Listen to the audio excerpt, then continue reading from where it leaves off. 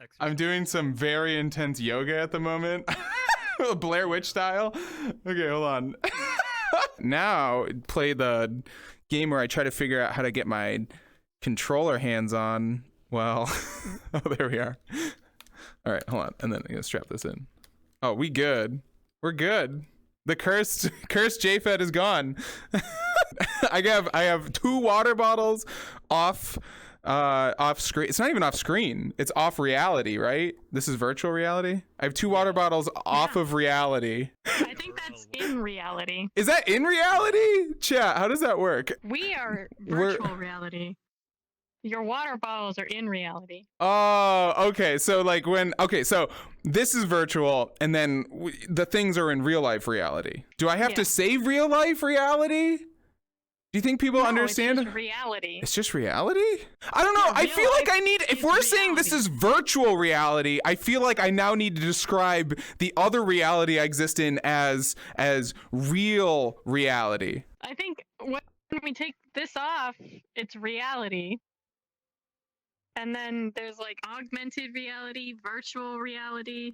Those are just like... But they all have descriptors. Where's the descriptor for real reality? You don't need a descriptor for the original one. I guess that's true. Hi everyone, we're getting ready, and we have a whole list of fun topics to talk about.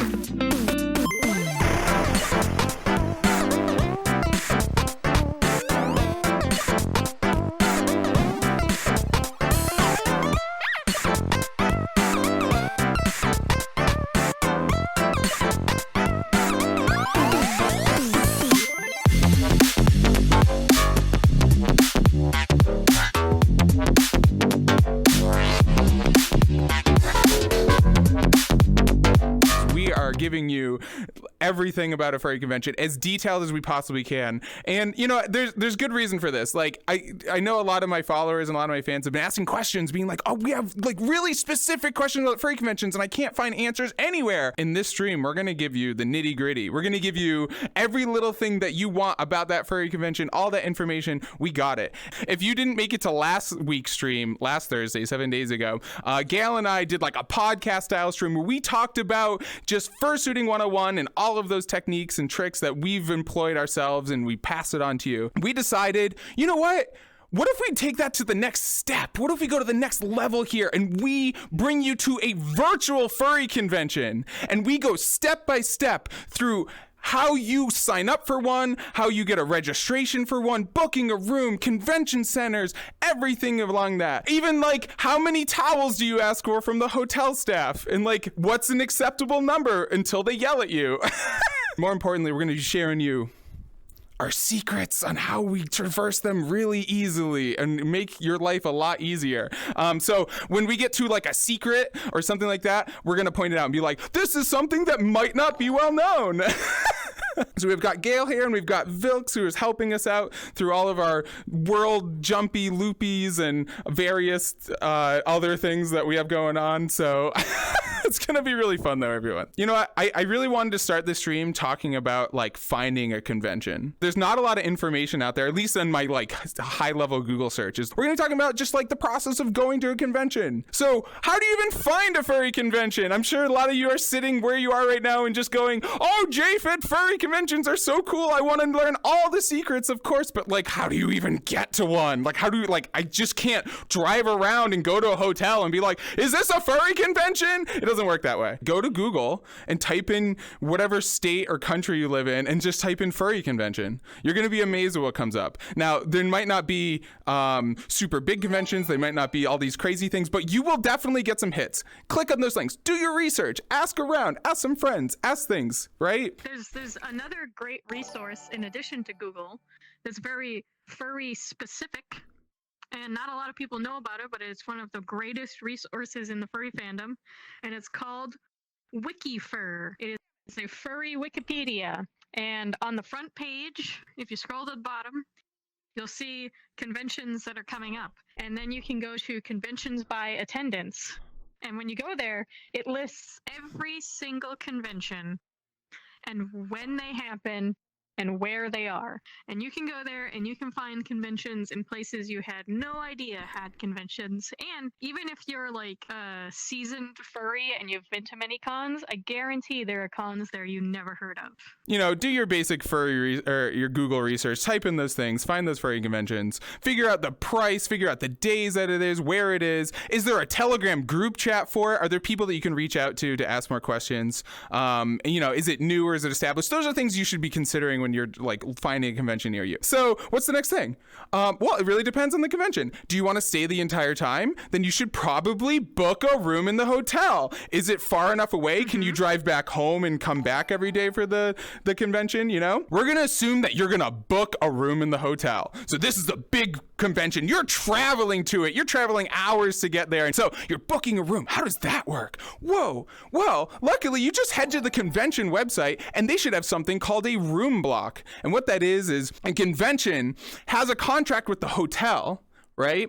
And what the hotel says is if you can fill this many rooms, we'll give those people a discount. So you book that hotel and then that you got it. Now something to note about that though is that hotel room block isn't always open. There's an opening date for hotel room blocks, and some conventions let you book ahead of others if you get sponsor or super sponsor. So that's something to keep an eye on. Many conventions have what they call an overflow hotel or overflow hotels, which are other hotels in the area that might be a little bit of a walking distance, but sometimes actually you can find those to be cheaper and can be really nice alternatives, especially if you don't have a fursuit yet, to save some money and not have to wait in too many elevator lines and, you know, be able to maybe see more of the city because you're going to be walking through it. All right, I promise a secret. I'm going to give you a secret. So you go to get the room block and you're like, Psh, I love this con. This is Furry Con,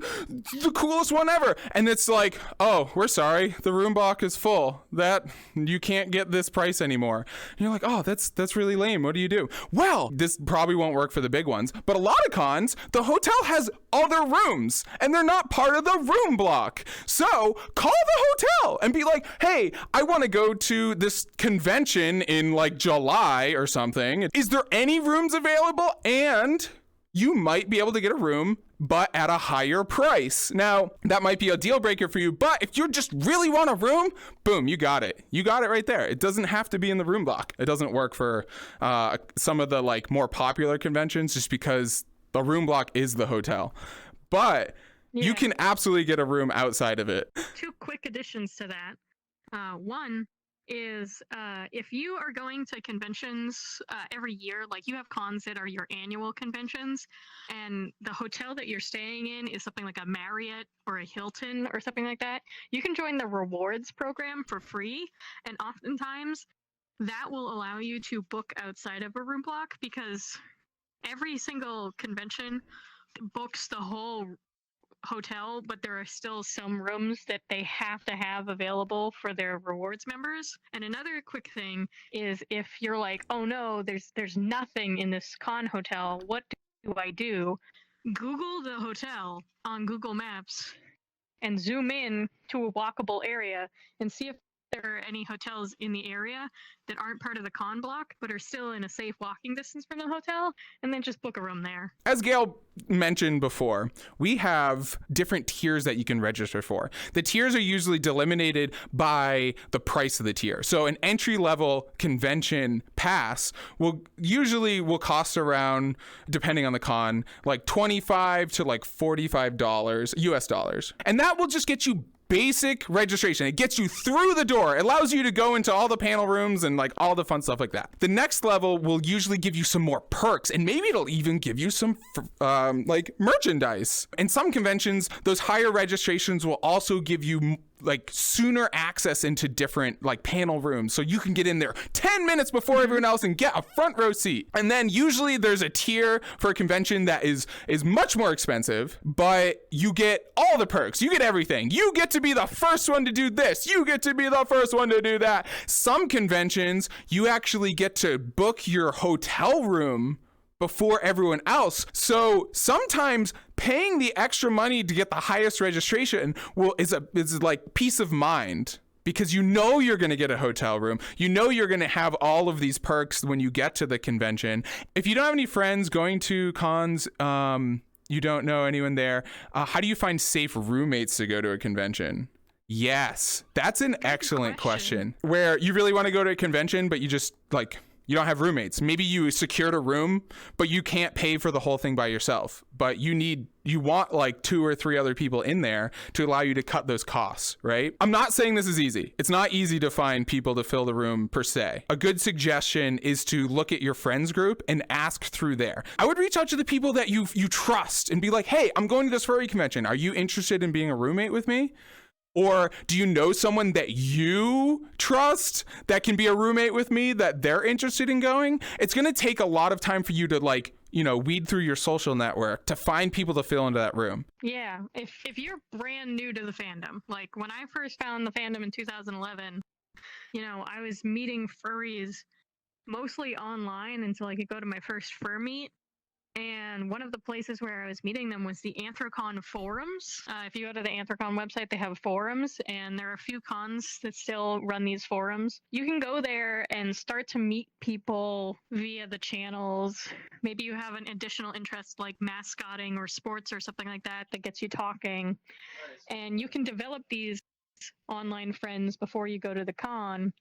And if you do that well in advance enough, then you can get a kind of a good feel for the people that are, you're talking to. And then you can be like, you know what? I think that would be a great person to room with. As well as you can also go onto the forums, and a lot of times people will be like, I have a room, I need roommates, or I need a room.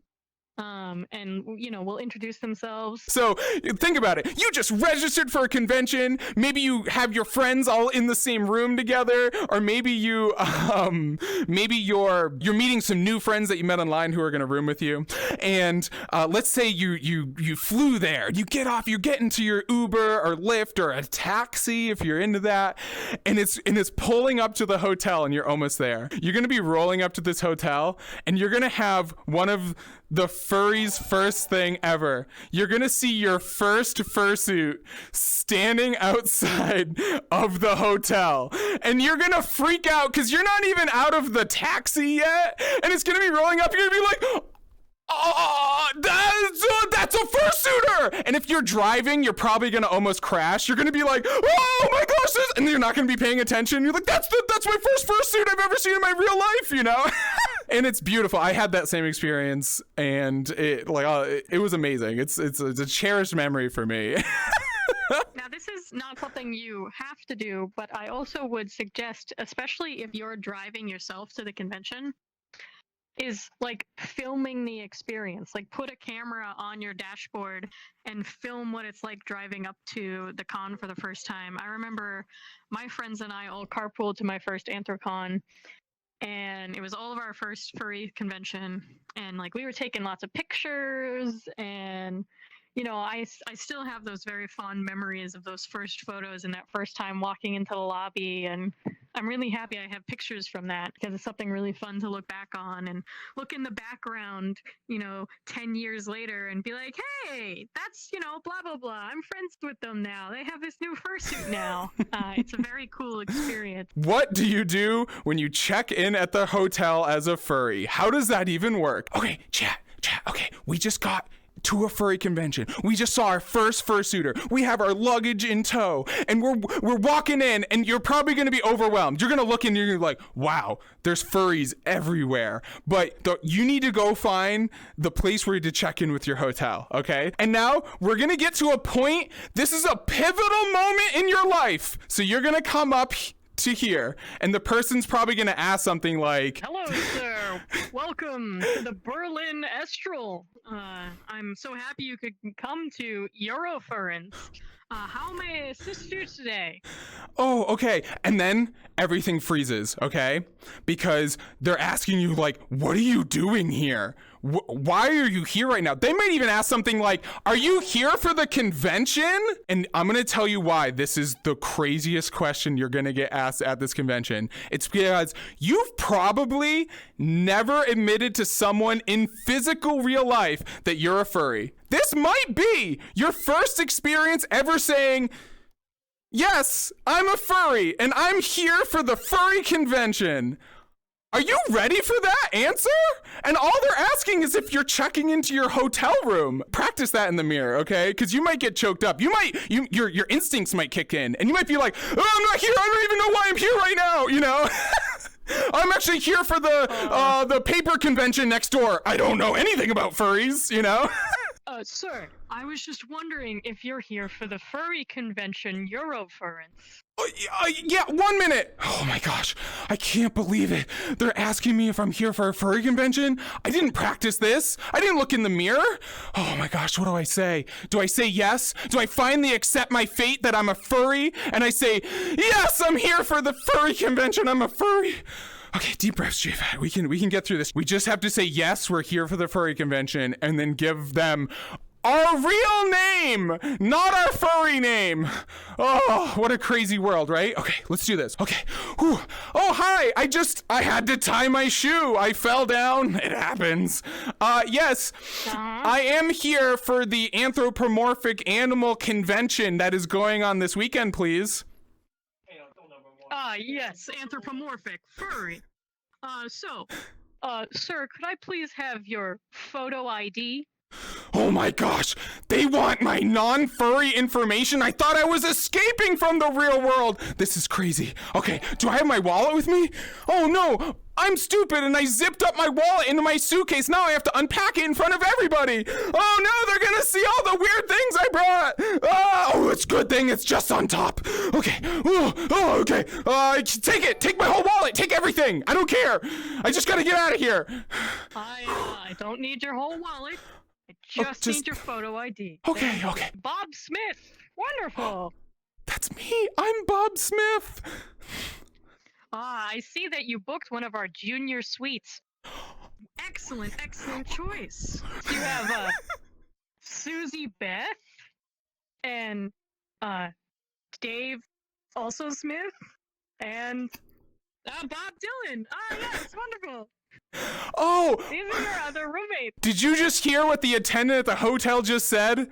They just said 3 other human names that I didn't even know that's what my roommates' name were because I only know them by their furry moniker, okay? You're gonna have that experience too, and the hotel lobby person might even ask you, oh, okay, I'm just checking you in, it's standard procedure, who are your roommates? You might be like, oh no, I only know them as furries. I can't say, we have Ice Fox 27 in my room. We have, like, you can't do that. They're not going to have that information. A great piece right here, everyone, is to make sure you know the people you're rooming with have their real name. If, it's a safety thing. The hotel needs it. Your real name is used in real life, okay? So when you're doing real life things with monetary transactions, you should know who you're dealing with. So get those real names because you're going to be checking in most likely. Oh, yep, that's who I'm rooming with.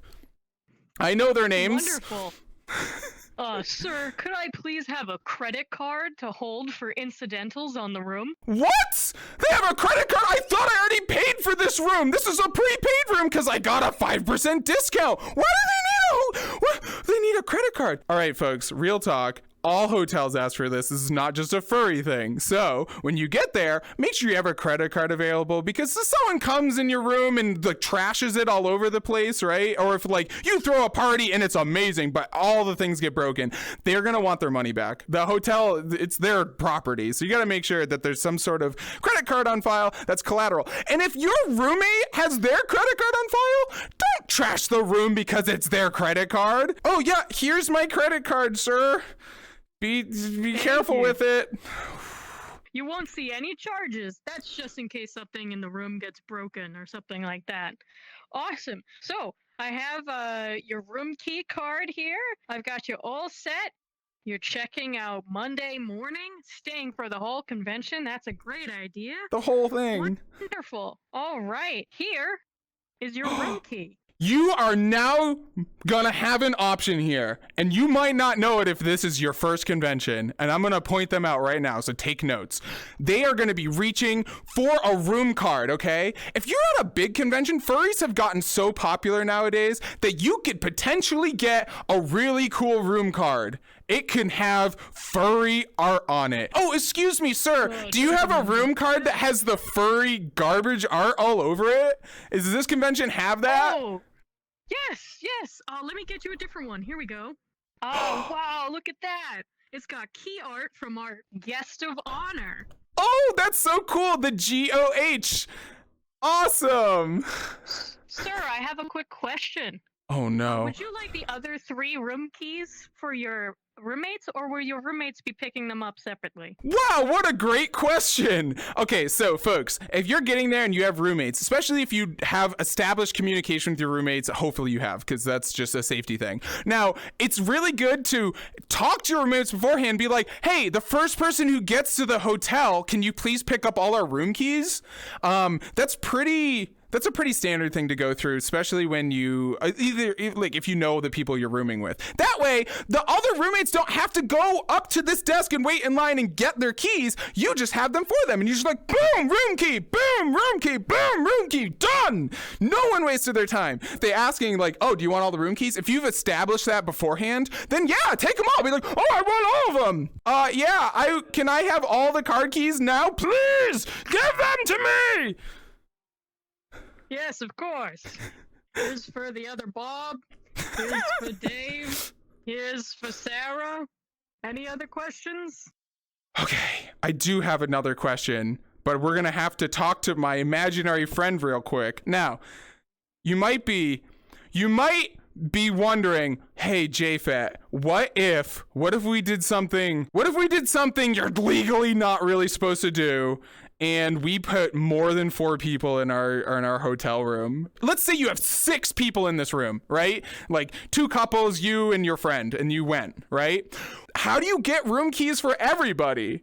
You know, every hotel's a little different about it. Some have policies that you can only have 4 room keys, or you can only ask for so many at a time. Oh, 4 room keys, that's great. Can I get 2 more room keys? Yes, we could give you 2 more room keys. Are those for people staying at the Overflow Hotel? Yep, those are just for safety reasons. Now, if they say no, another technique here, and this is a secret. I'm sharing a secret, everyone, so get ready. Another technique is to get your 4 or get your 1 or get how many cards that like adds up to legal amount of people in your room, and that's good. You just start with those ones right off the bat. Come back later to the front desk when it's not super busy, or maybe there's a different attendant there, and just be like, oh, excuse me, can I get 2 more room cards or 1 more, and you do them at separate times. That way they're not like, it's not obvious that you have a ton of people in your room. I find that one of the most easy ways to do it is to simply explain, hey, I've got friends in the Overflow Hotel that don't want to bring their fursuits all the way over across the street. So could I get this extra card or these 2 extra cards to be able to have my friends have access to the room? Not every hotel is going to do this. There are some hotels that are going to just straight up say, no, we don't do that. And there are some hotels where the person behind the desk might want to help you, but they can't. It's just not in the policy, or the system has it so that it maxes out on 4 keys per room or something like that. So you have to be prepared for that and have a backup situation. Try not to put more people in the room than the room is designed for. But at the same time, sometimes you can get away with these things. But for the most part, try to stick by the rules. Now that we've checked in, we've got our luggage, our friends are here, and we're gonna go meet them. Let's go up to a hotel room real quick. You don't need to take the stairs. Oh, we should talk about elevators and stairs. It's Furry's favorite thing in the world. All right, everyone, you might be thinking, wait, JFET, why are you so excited about elevators and stairs? What does that have to do with anything in the furry convention? I'm going to tell you right now, folks, this is so important. This is not even a secret. This is just something you should know. Most furry conventions have really bad elevator setups. Most hotels do because they're not made for a ton of people running around. Elevators get really congested at furry conventions. Now, some conventions you get lines that you go to. Some have like a whole system in place where only certain elevators go to certain floors. Usually the elevators are a nightmare, and you might see the term elevator con. So if you're seeing elevator con all over social media, it's because the elevators are a nightmare to go up and down, especially if you're in a fursuit and you're late for your panel and you're just like, where's this elevator? It's taken 10 minutes. I'm already late for my panel. I don't even know how to get to my panel. My recommendation is if you are physically fit enough to do so, use the stairs. I use the stairs even in fursuit most of the time. It's the most effective way to get where you want to go. And especially if you're out of suit, it does cut down on the line for those who are not able-bodied or are in their fursuits and they can't use the stairs. Plus, some of the funniest moments I have at cons are in the stairwells, talking to other people doing the arduous climb up like 20 flights of stairs. It's hilarious sometimes. And like other people will like hide like business cards or like stickers that you can pick I up put stickers in the all over, stairwell, which is really fun. So, you know what? You gotta give it a try. Take the stairs. Is this Do you one? know Okay. how to use your key card? I'm guessing I just tap it against the door. Wow, this world's amazing. It actually works. Wow! Oh, it's closed. Oh, it's heavy. Go! Open! Oh my gosh, this is saved forever on the internet. Me not open the door! If you're a fursuiter and you have your room card, I'm gonna give you a quick piece of advice here. You know, you probably don't have pockets built into your fursuit. So a good recommendation there is to have some sort of like, they have those like travel purse things where you can wear a little pocket like under your clothing. It's pretty good for fursuiting. Or you can slip your card in your palm, or like on the top of your hand here, or even like in your Under Armour or something like that, like whatever you're wearing underneath. That way, when you get to your room, you don't even have to take any part of your fursuit off. You just go up and you tap it against the door. Boom, you're in. So easy. We're going to be talking about how do you set up your room, especially if you have a fursuit. This is your first time going to a convention. Having a fursuit in a convention, like in a hotel room, is very different from having it in your like your room at home or your car. You can expect basic amenities like, you know, the bathroom and like a place to hang up your fursuit, like in a closet or anything like that. This right here, this bed, this is not a location for you to store your fursuit.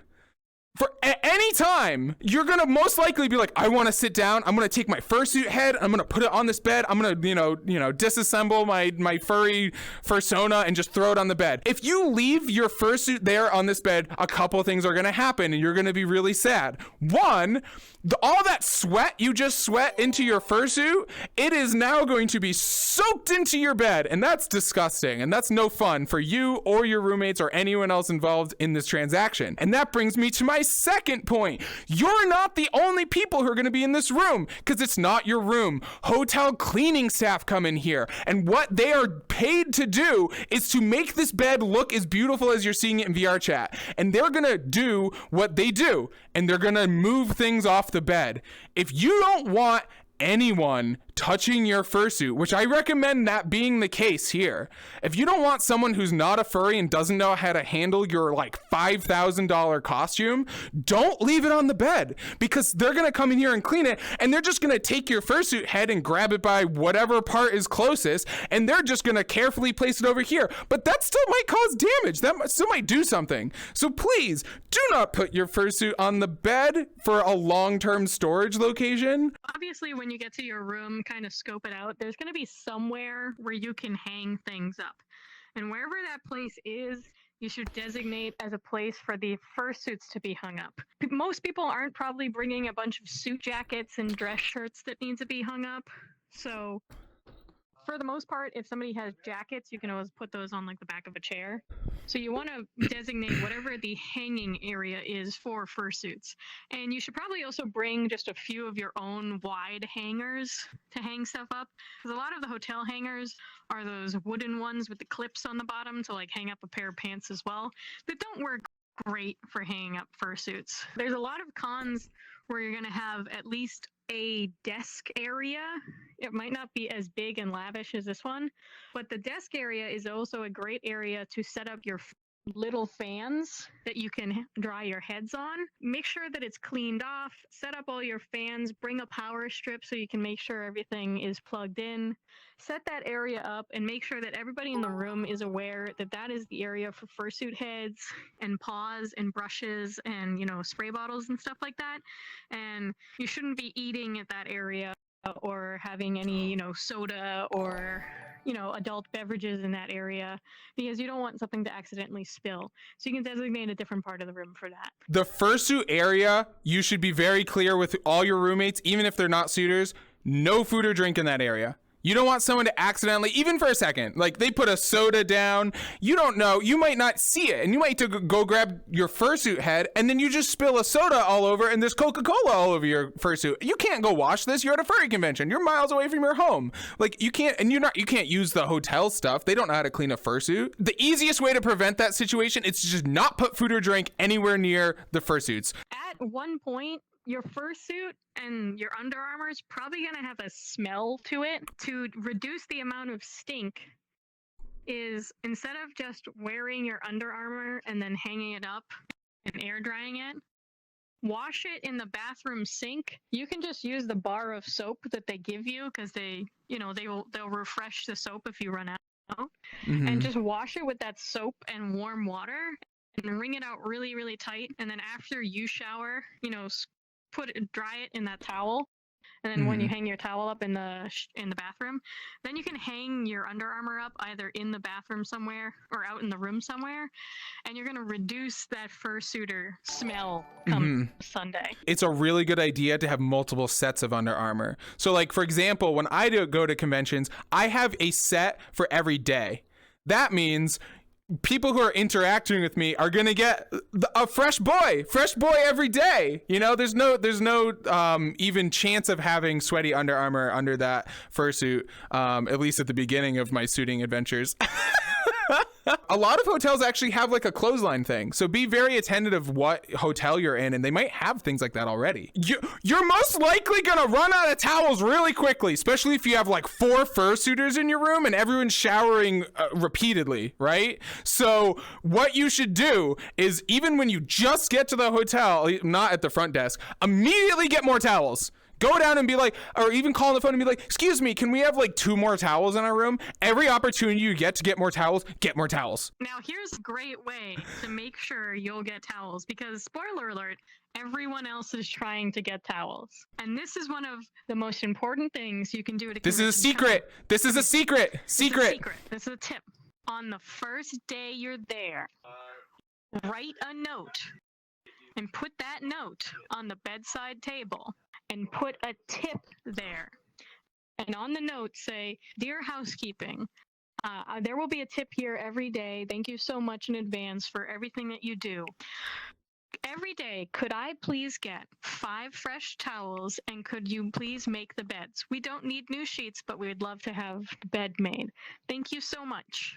Doing something like that is huge. Also, if you are in the room when your housekeeper comes by, introduce yourself. Say hi. I had, like, housekeeping ask if they could, like, oh, could I try the fursuit head on? And I was like, you know, it's me personally, so I was like, of course you can, hell yeah.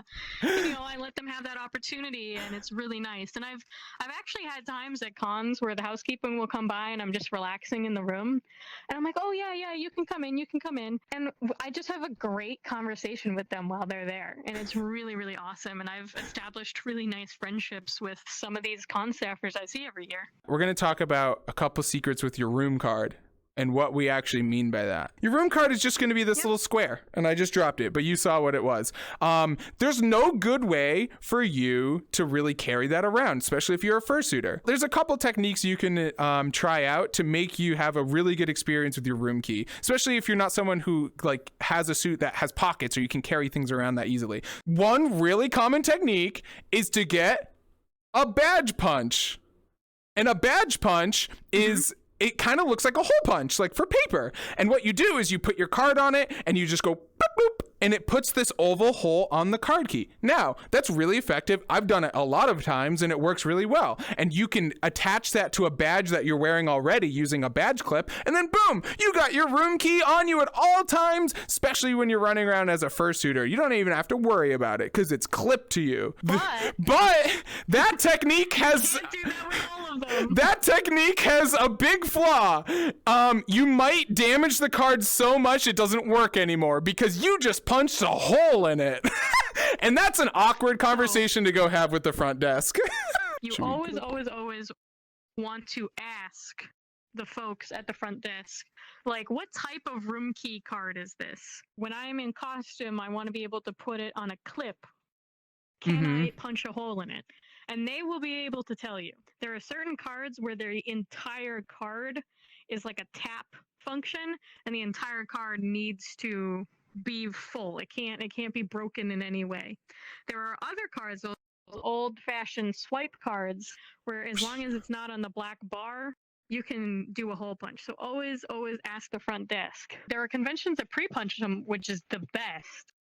But there are also cons that the badge they give you is in a plastic rectangle, like, slot holder, and you can slide your key card in there perfectly. Or you could buy a little thing like that to keep around your neck. If you really want to punch your card key, secret technique here is you hold it up against a light and you'll be able to see the circuitry that's in the card, and you know most likely not where to punch the hole. So that's a technique. Also, one thing, and I feel like I have to mention this because this happened at a convention and it made me uncomfortable. It didn't happen to me in particular.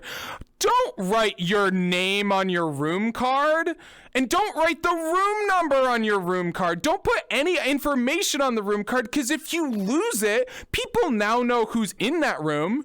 And people now know what room number it is. The two things that furry conventions in Disney World have in common, that is just like through and through true for almost every convention I've ever been to, is the longest line in the world. It's the longest line, and it's called Furry registration. And it's the worst thing ever, and you're gonna stand in line. It's gonna take 6 hours, and it's gonna be a nightmare. And it's just like Disney. It's just like Disney, where you stand in line for literally 6 hours just to go on Magic Mountain, and you're like, wow, Magic Mountain was a lot shorter than I thought it would be. It didn't live up to the 6-hour line wait I had to stand in the hot Florida sun. I literally got 6-degree burn because we're not taking care of the environment properly. But I got to go on Magic Mountain once. That was fun. I can't wait to tell all my friends about it, and they're not gonna care. You know what? It's the same thing. It's furry registration, and we're gonna go head to that area right now, and we're gonna talk about getting your con registration, the do's, the don'ts, the secrets that we have to share with you to make it somewhat more bearable. But basically, it's the horrible experience for most conventions. Now, you might be thinking, JFET, why is there even a line to get a con badge? What's that all about? Well, that con badge is your ticket. It's your golden ticket to get into everything you've ever seen on YouTube.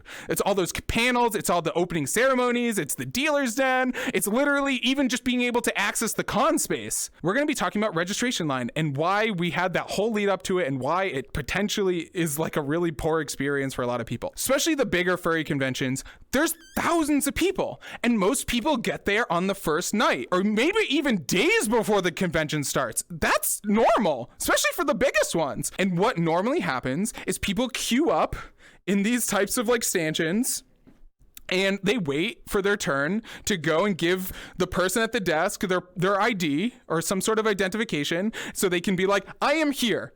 I am registered, I paid to be here, or I'm paying right now in front of you, and I want that badge, please. And then you're off to, go through and explore the entire convention. You're probably thinking, yo, but JFET, I've been to huge conventions before. I've been to a wedding convention. I've been to a boat convention. I've been to PAX. I've been to PAX East. I've been to PAX West. I've been to PAX to all of them. That was so easy. I got my registration immediately. Yeah, but those conventions make money from their sponsors and stuff, so they have paid for systems, and they have people that they pay to do that. Furry conventions do not do that. They donate all the money they make to charity. It's all volunteer. And it's all volunteers. So Unfortunately, that may mean a longer line, and that's something that we just all have to go through and experience. Plan for a long line, and I want to tell you exactly what I mean by that. Bring something to drink, water, bring snacks. You're going to be standing for probably a couple hours, so bring something, right? Don't be afraid to talk to people in line. I've actually made some really lasting friendships with people, and my first interaction with them ever was standing in a line next to them for a couple hours at a convention. Bring a Game Boy or a Switch if you just want to zone out. Yeah, if you're if you're a Nintendo person, you want to get all those friends on your Nintendo, it's the perfect place to immediately fill up your quota of friends. Because you'll see a ton of, and maybe you'll be able to play games with people. Maybe you'll be invited to go to someone's Animal Adventure Island. There's also cons like AntherCon and Infernal Equinox where they have the Fur Science team there. Ooh, yeah. And they can provide you with a multi-page survey to fill out and a little golf pencil, and you can fill out that survey while you're in line. And let me tell you, those are long surveys, and you will probably have plenty of time in that line to complete it, and actually the line might move faster than you can fill out the survey. Absolutely. You're probably like, wait, JFit, how did you get your registration already? How does that work? Well, remember way back at the beginning of the stream when we were talking about different registration levels? Well, almost every single convention, if you pay higher registration level, you can get your badge faster. Whoa! So if you don't want to stand in the worst line of your life, then I recommend registering at a higher level. So for example, a lot of the bigger conventions I go to, so MFF, FWA, Anthrocon, those ones, I don't like standing in line because I like fursuiting, and standing in line cutting away from my fursuiting time. Automatically, I'm just high tier. I'm just I don't care. If this allows me to cut the line for registration, I'm fine with that. What would you do if you're not a financially secure person and you don't have that much money and you're on a budget? Could I maybe volunteer for the convention? Oh and get my badge goodness. a little early? You absolutely can. Yeah. So Gale brings up a really good point. Conventions, and we just touched upon it, especially furry conventions, are not run by paid staff. If you want to be someone who helps, especially if it's your local convention, you want to see it come back the next year, they need your help. They do. They always need your help. It doesn't even matter. Even if you see 1 million staff members, they need more. That's just how it works. So if you want to get that con badge faster and you want to have some little extra perks and help out your local convention or the one you really like the most, become a volunteer staff member. You could be doing all sorts of things. Obviously, talk to the con staff that are in place when you're volunteering and be like, these are things I'm comfortable doing. These are my skills. These are things I don't like doing. And they can help cater and find some things that they need help with that you're good at. Hi. Hey, bro, what's up? Welcome to Eurofriends. You're gonna have a really good time here, bro. Can I please get your photo ID? Oh no, I left my wallet in the room! I just waited in line for 4 hours! This is the worst experience of my life! I can't believe I wasn't ready for this! Sir, you're gonna need to go get that. And get back in line. Oh, wait. No. It was in my backup pocket right here. I do have my wallet. Okay. Here you go. Here's my ID. All right. There you go. Awesome. Let me just type your name in here to the system. Can you just confirm your email address for me? Oh no, what email address did I use to sign up for this furry convention? And you're standing there awkwardly with a bunch of angry people behind you because they're also cranky because they just waited in line for 4 hours, and you're scrolling through all your Gmail accounts and you're like, I don't know, which one was it? And you're searching Eurofurence on all of them, but you don't know how to spell any of those words because they just put random fur in there at random intervals of words, so you're just like, ah! I highly recommend having your registration email open on your phone, or at least a screenshot of it saved in your Telegram note section, because let's face it, everyone in this chat has Telegram, and you should be using the note functions. So save that important information there so you can pull it up quickly, especially if you need to reference that email. Sir, can you either tell me your email, confirm your email address with me, or give me the confirmation code from your email? Oh yes, I have it right here. Ah, perfect. All right. Let's see. Let me get your package for you. Oh, right, because I registered at a higher level than the base level, so I'm going to be receiving some extra goodies. This is so exciting.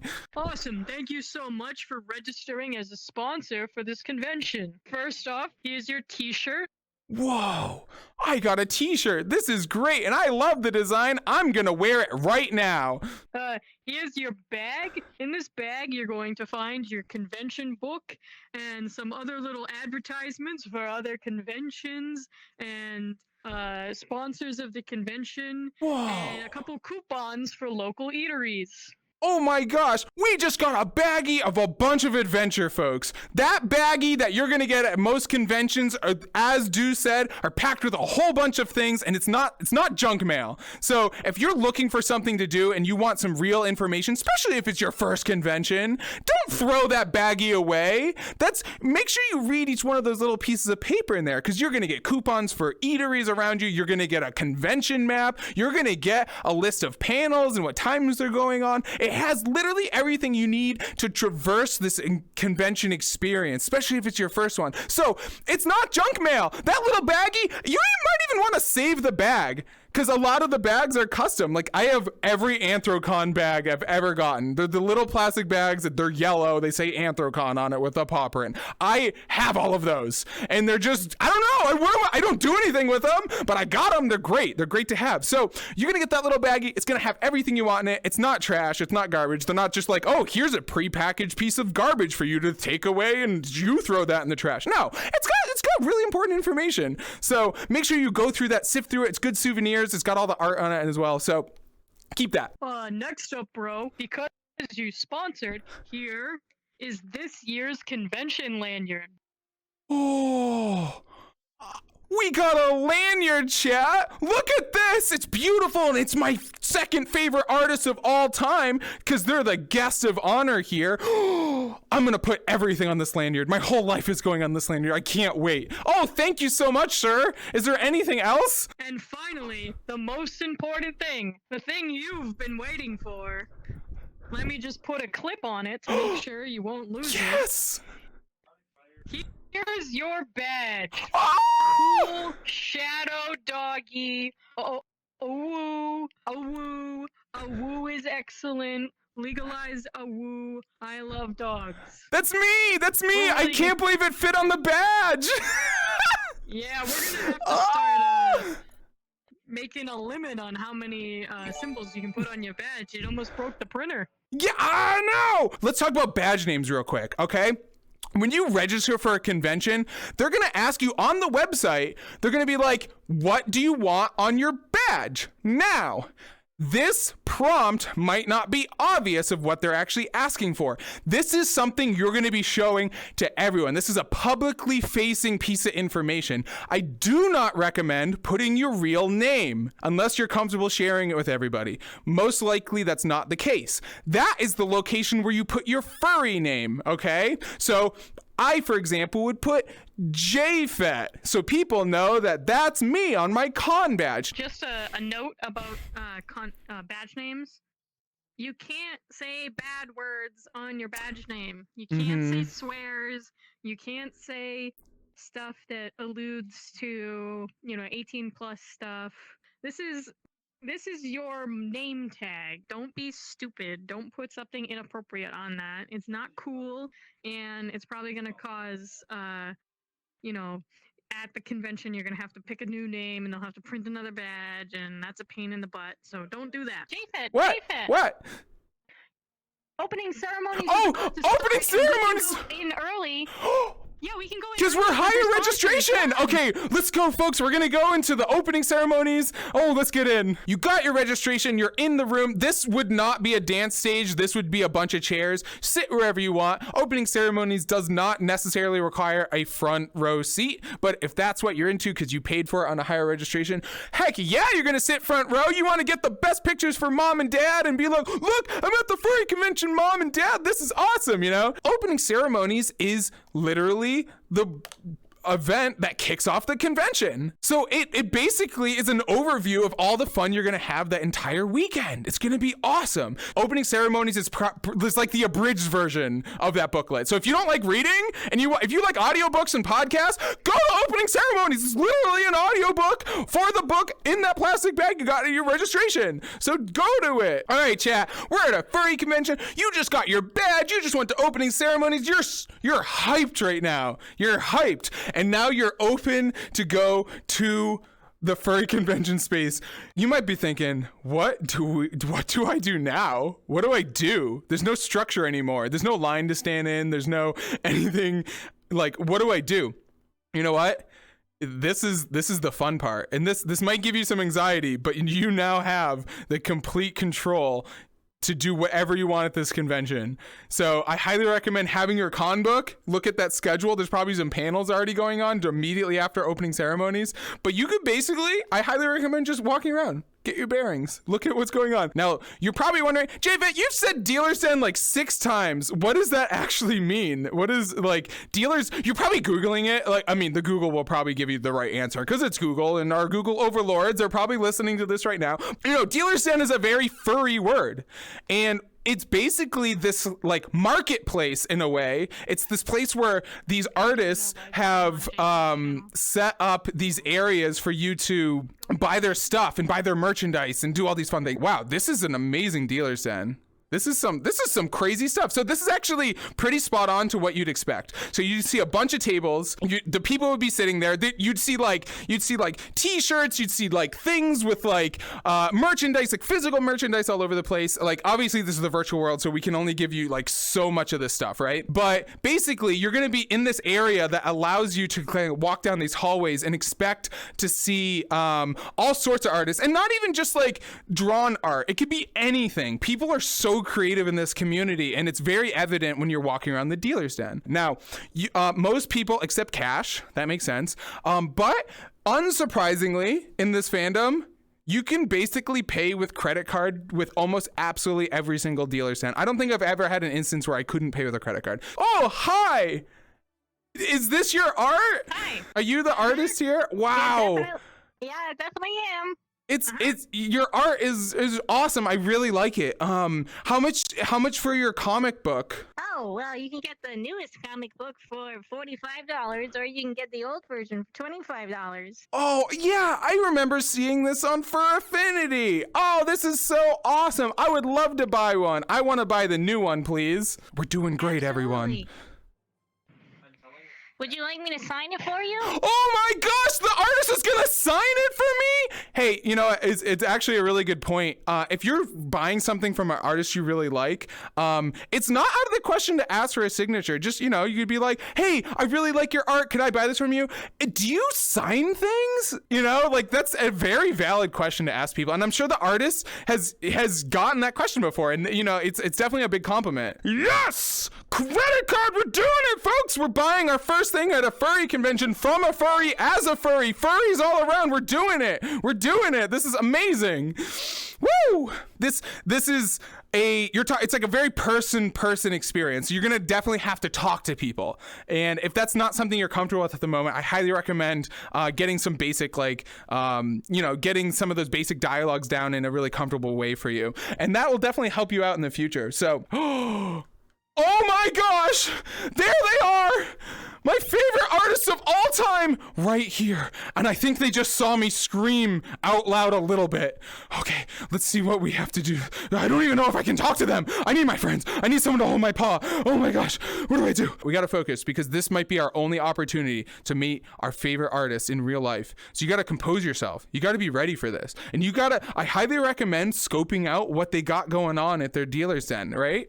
You gotta, you wanna have something to talk about, especially if you wanna have a meaningful conversation with this person that you so admire. Maybe you're a Patreon member to them. Maybe you supported them in the past. Maybe you've got a commission from them. Those are all really good talking points to bring up when you're buying something or even talking to them at the dealer's den. So let's approach them. First of all, I just have to say, I'm a huge fan. I've loved your art for the longest time. Actually, in fact, your art got me into this fandom. No way, man. I know. Wow. Yeah, I saw your stuff. I loaded up Fur Affinity for the first time, and yours was the first piece of art. You must have just uploaded something at the right time, And I know. And it was the first thing, and I immediately was like, I love this fandom. And your art gave me that experience, and I loved it so much. So I just want to say thank you so much for that. It was just absolutely incredible. And you probably don't remember, but I have actually commissioned you in the past. Oh, whoa. Yeah. Let me What's your name? Oh yeah, I'm Shadow Wolfie Owo Uwu. I remember that.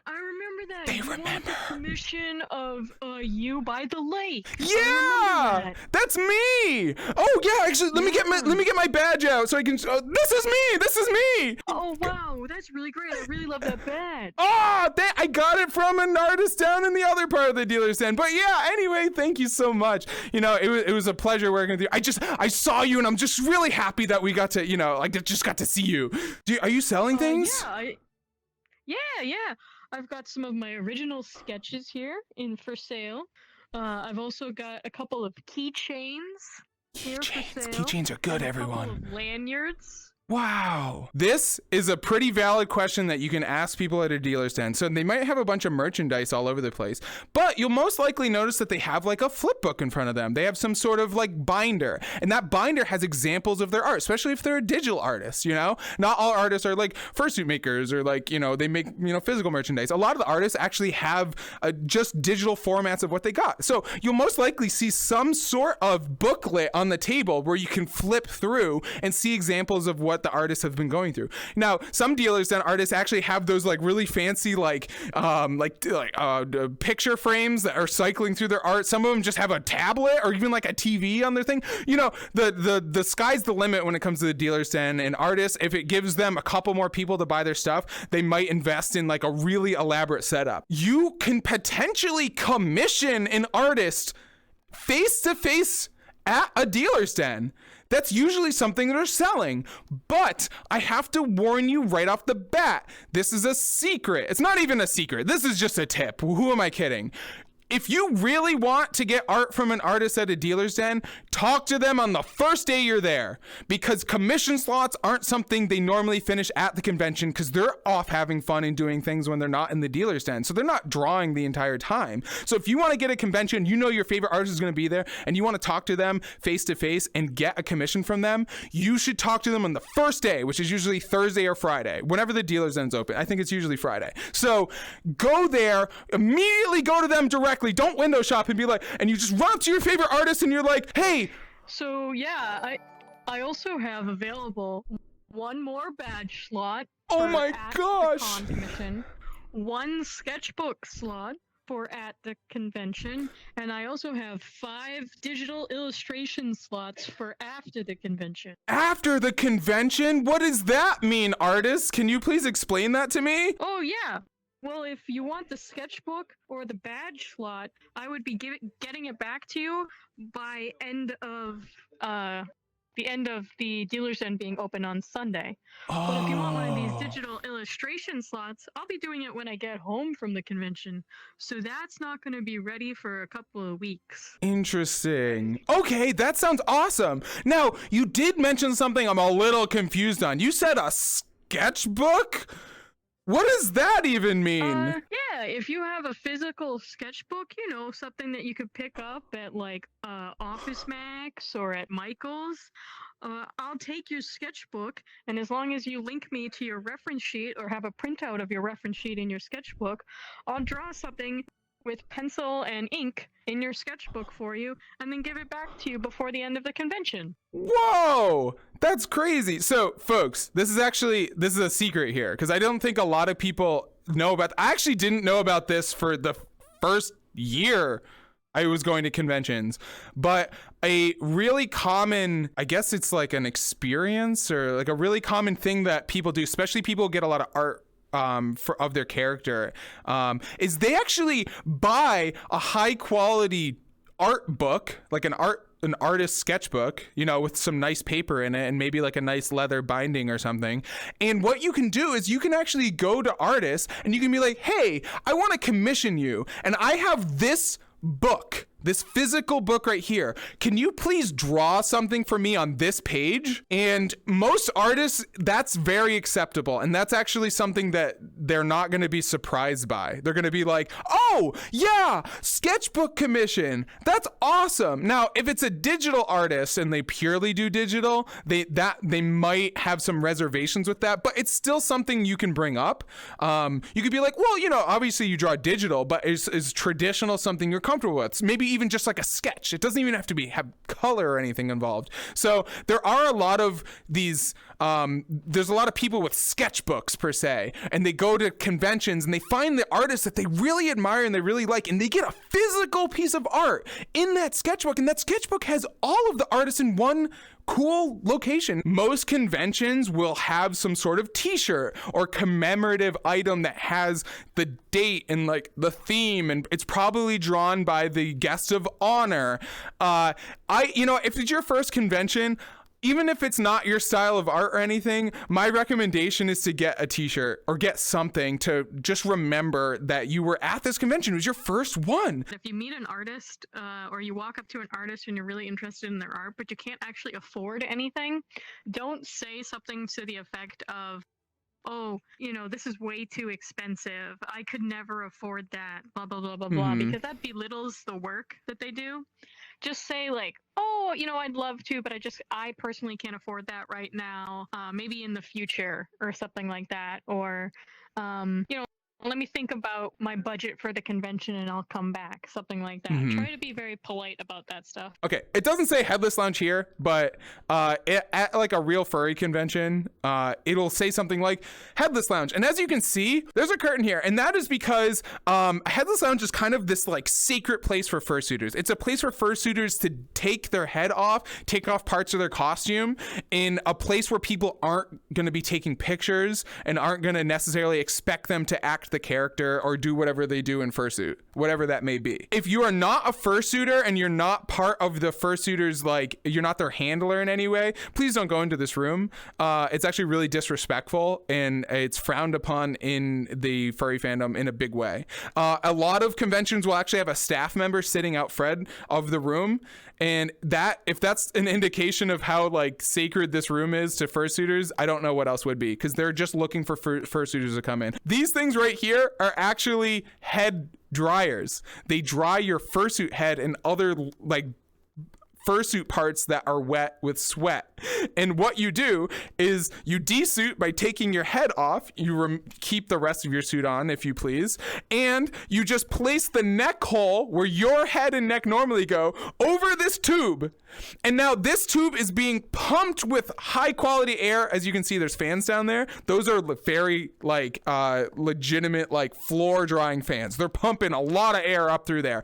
And these poles right here will have a bunch of holes drilled in them. These are usually made out of big PVC pipes. So think of like drainage pipes. So that's just like that white plastic. And so you just put your head on there and you let it dry. If you're in there, especially if you're a handler or someone who might not be fursuiting at the time, don't take pictures of these, because these are parts of people's fursuits where they don't necessarily want pictures being taken of them. Please do not touch anyone's fursuit at all unless you have permission, express permission from that fursuit person. Some will have smaller tubes coming off the side for you to put the hand paws on. Ooh, yeah. But a lot of times the con will also provide Lysol wipes at the bottom. So after you've put your head on and your hands on and you've allowed it to dry for a little bit, when you take your head and hands off, make sure you wipe it down with Lysol, just because your sweat was on it. So that's a really good thing. Yeah, it's like going to the gym. Sometimes, you want to hug somebody. Just try to just give them a normal hug at first. Not everybody wants you to give them a really tight squeeze hug or pick you up. A tight squeeze hug can be really bad for a fursuiter who's already sweaty, or you're sweaty and you hug them, because then it's just like a mess. Or they might have a bad back. Like I have a bad back, so a tight hug can sometimes really not go well for me. And I'm also really short, so a lot of times people will give me a tight hug and my head is fully vertical looking up when they give it to me, so it pushes my neck and it's really, really, really legitimately painful. But for some people, you can ask, I would love to hug you. May I pick you up? Mm-hmm. Then there are fursuiters that will go, oh, yeah, totally, you can pick me up. But if you want to hug somebody, you have to ask for their permission. And if you want to hug somebody in a certain way, you have to ask for their permission and know that very few people are going to be down with that. Thank you, Gale, for coming out and helping explain all of these amazing situations and everything, and sharing your knowledge with the furry fandom. And of course, I want to thank Vilks for helping us coordinate all this world and doing a lot of the stuff, like the pre-stream setups and everything. So thank you so much, Vilks. I really appreciate it. No, it wasn't dabbing, technically. Oh no, I'm so sorry, Vilks. Naruto, run away. It's the fastest running. Trust me. Ah! Run, Vilks, run. Oh, she's angry. Run down. Yeah, go down, jump down, jump. Oh, okay, we're jumping. Run this way. Naruto, run this way. Oh, there's chairs in the way. Oh my gosh. Oh, she's right behind us. Run. Okay, maybe we'll go to Star Fox Coffee. Okay, we'll be safe here, everyone. We'll be safe, don't worry. Hi, would you like to buy Star Fox Coffee? No! Death!